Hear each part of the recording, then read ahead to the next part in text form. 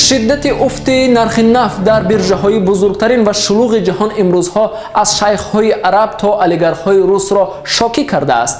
اما چنگی روی تابلوهای نقطه‌های سوزشواری در تاجیکستان دست نخورده، نرخ بنزین و سالارکا همانا یک نواخت است. ظاهراً پای قیمت سوزشواری در تاجیکستان از بیرژه‌های جهانی سودای نفت کنده است. شاخصی نرخ یک بشکه نفت از بلندی $110 قبلی تا به $34 سرازیر شد.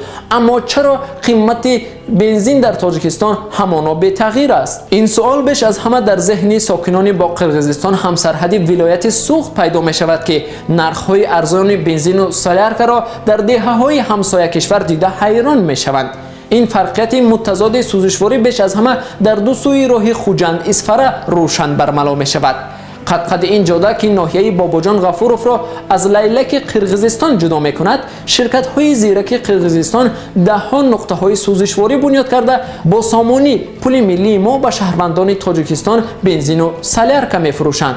قیمت بنزین نوی 92 در طرف قرقیزی راه 4 سامانی و 10 درم و در طرف تاجیکستانی آن 4 سامانی و 40-50 درم است. البته رانندگان میان نقطه های سوزشواری دو کنار راه به نقطه های قرقیزی برتری میدهند چون که نرخ آن ارزان تر است. برخی از رانندگان ناحیه اسفره برای پر کردن بک ماشین با بنزین ارزان حتی مرز را عبور کرده از قرقیزستان خریداری میکنند. قیمت همین نوی مردمی بنزین 92 در پایتخت تاجیکستان الکی به 5 سامانی و 30 درم میرسد، حالان که در بیشکک پایتخت قرقیزستان قیمت همین نوی بنزین با پول سامانی همگی 3 سامانی و 30 درم است. پس چرا نرخ سوزشواری در قرقیزستان که مثل تاجیکستان از ذخیره‌های بزرگ نفت و گاز محروم است و سوزشواری را از خارج وارد می‌کند ارزان‌تر است؟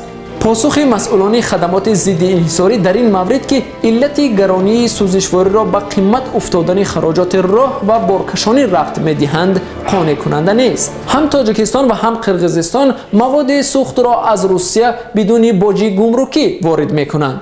دوشنبه برای مثال با مقامات روسیه به موافقه رسید که امسال تا 830,000 تن مواد نفتی را از روسیه بدون باج وارد می‌کند. بیشکک هم تقریبا در وارد کردن سوزشواری از همین گونه امتیازها برخوردار است.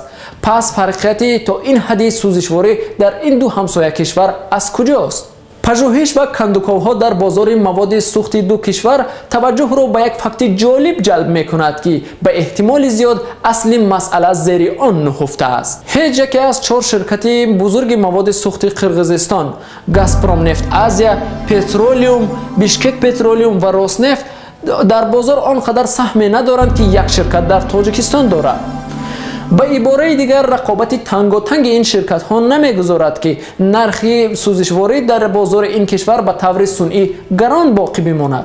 در تاجیکستان باشد تنها یک شرکت، گازپروم نفت تاجیکستان، قریب نصف و یا انیقترش 46.8% بازار را زیر سلطه اش درآورده است. دو شرکت دیگری تاجیکستانی، تاجیک پترولیوم و امید 88 با سهم‌های 10 و 8% در دیکته کردن نرخ‌های سوزشواری در کشور دست کوتاهند.